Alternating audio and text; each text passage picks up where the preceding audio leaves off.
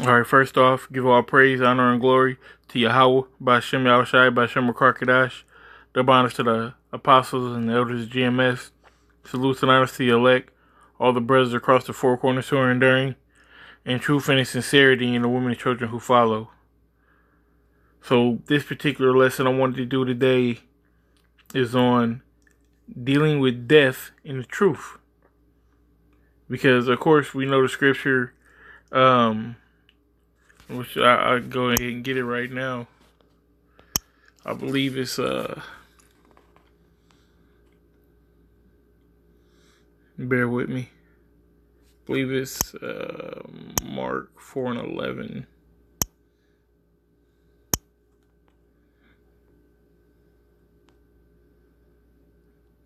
Maybe it's not. Give me a moment here.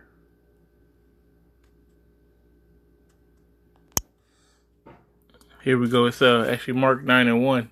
It says, and then said unto them, verily I say unto you, that there be some of them that stand here which shall not taste of death till they have seen the kingdom of the Most High come with power. So we know that there are going to be those of us who won't perish, right? The first fruits into the kingdom. But what about those other people? Because of course we know also it says in 2nd Esdras that death is going to come. It compares it as a wave to a drop. The people that are going to die are going to be as that wave compared to a drop. And a lot of these people are our loved ones. You know, it could be your mom, could be a child, could be a grandparent, a cousin, a best friend, a girlfriend, a wife. You know, all these people aren't going to be saved. So how do you deal with that, knowing that? All right, of course, you know, and I want to say generic, but it's not, you know, which is, it is true, but, you know, like everybody say, well, you know, they're in a better place, this, that, and the third, which is 100% true. It's definitely better for them to be in the kingdom. It's definitely better for them to not have to feel this thing of death, most important, or these infirmities that we go through on a day to day.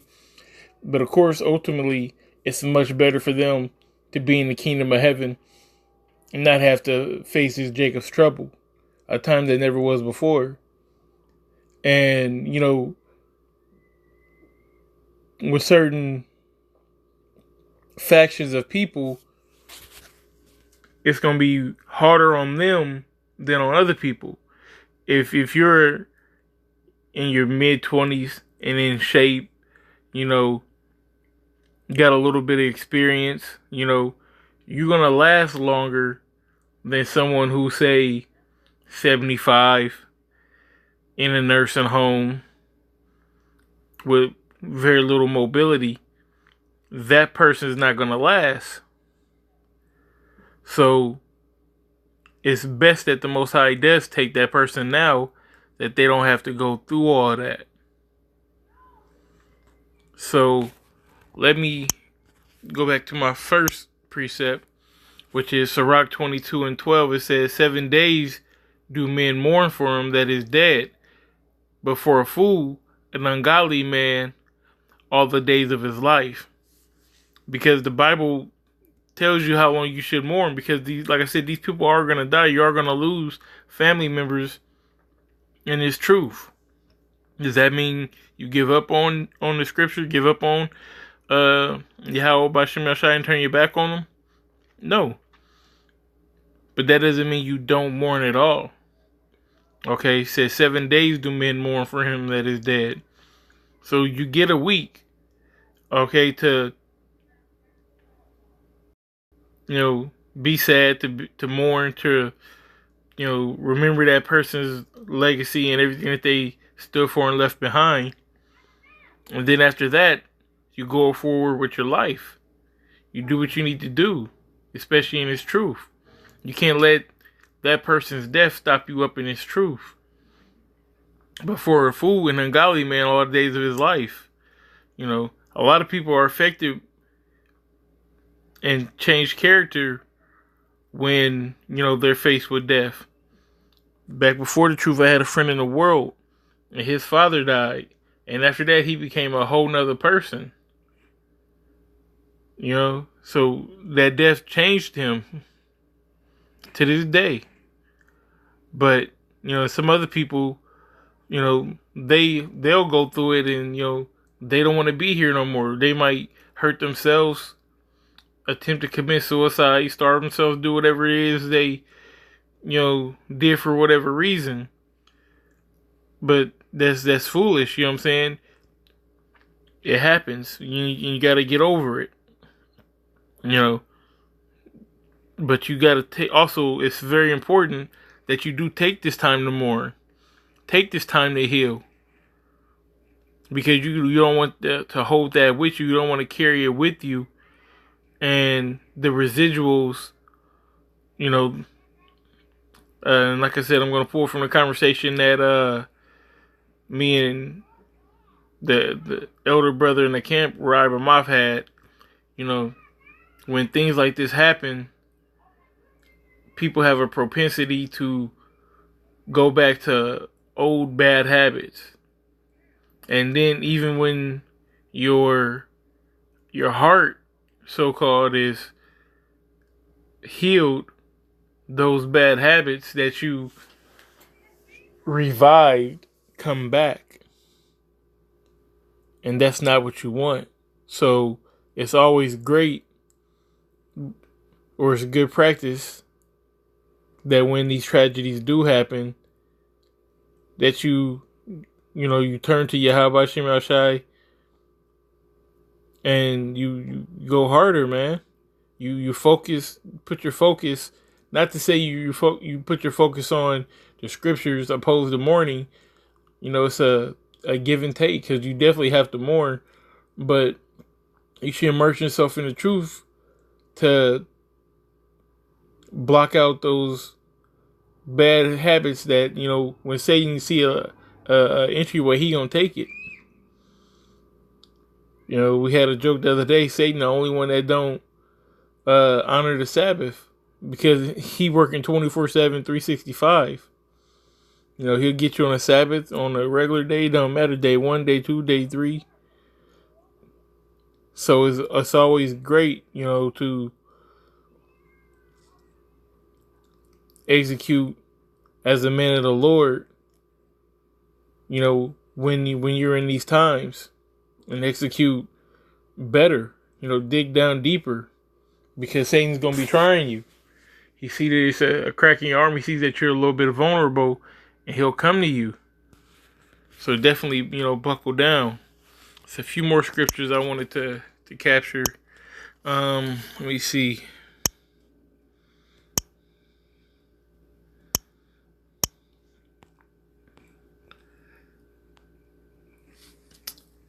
So this is the story of Job. All right, I'm starting the second chapter, but just to speed you up and catch up what happened. You know, Job lost everything. He lost his house, he lost his kids, his livestock, all of that. And this is what his wife said unto him. Job 2:9. Then said his wife unto him, dost thou still retain thy integrity? Curse the Most High and die. So what did Job say to her? Verse 10. But he said unto her, thou speakest as one of the foolish women speaketh. What? Shall we receive good at the hand of the Most High?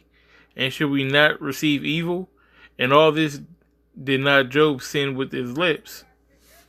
Okay? So you see her mind, you know, when she was brought down to this lower state, you might as well just curse the Most High and die. You know, he had the boils on him and everything. So Job kept his integrity. Matter of fact, let me get that.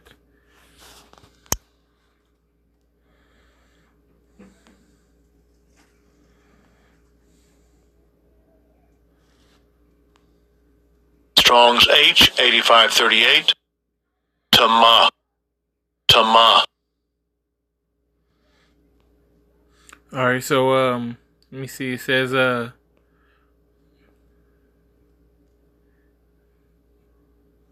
innocence, integrity. So, is there anything else that it goes back to?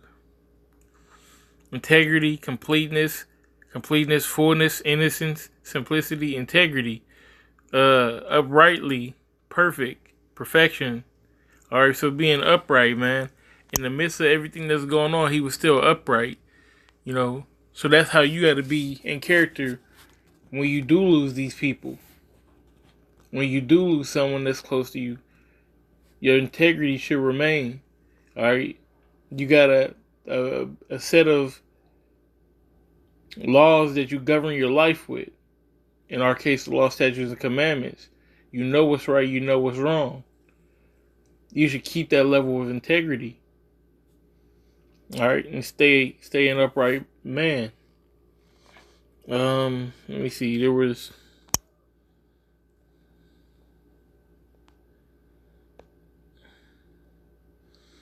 Let me see. And also, let me see.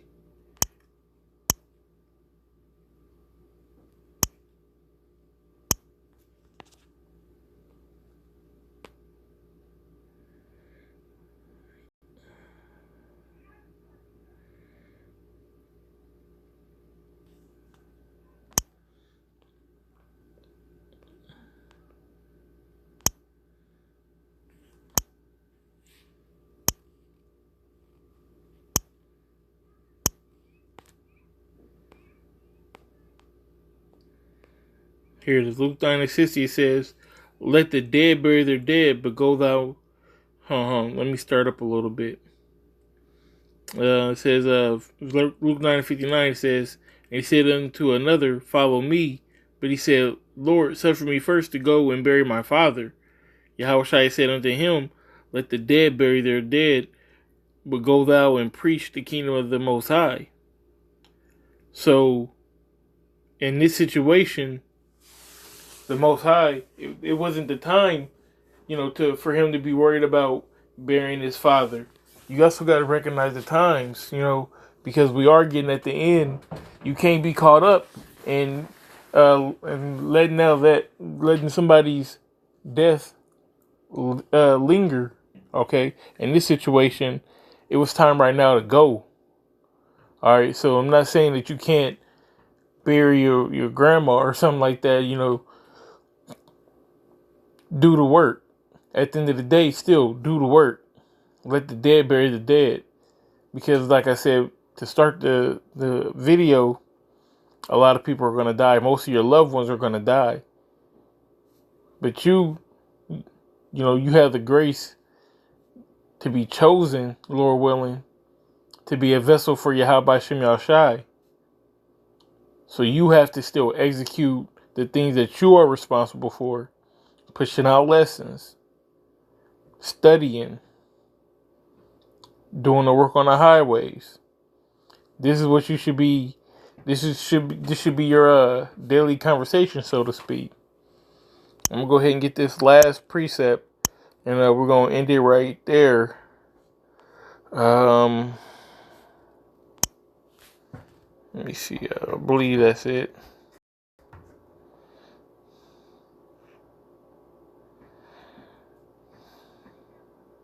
Yeah, Genesis 24. Before I read this, you gotta have a good what's the word I'm looking for? Support system when dealing with anybody's death. And this is for anybody. But in its truth, you have the Akim. Definitely use the Akim. To me, in my personal situation, I can say that, the Akim came through. When I needed someone to talk to, or when I needed to hear some kind words, the Akim was there for me. If I needed anything, it's a generic saying, if you need anything, I got you. No, these brothers, they did their thing. They had me. So, the water, for that. But, that's a support system is imperative. You know, whether it's the Akim, you know, other family members, your wife, your girlfriend, whoever, is very important. And I'm gonna get the scripture just to prove that last point. This is when Rebecca and Isaac became husband and wife, so to speak. Let me see. What's a good place to start?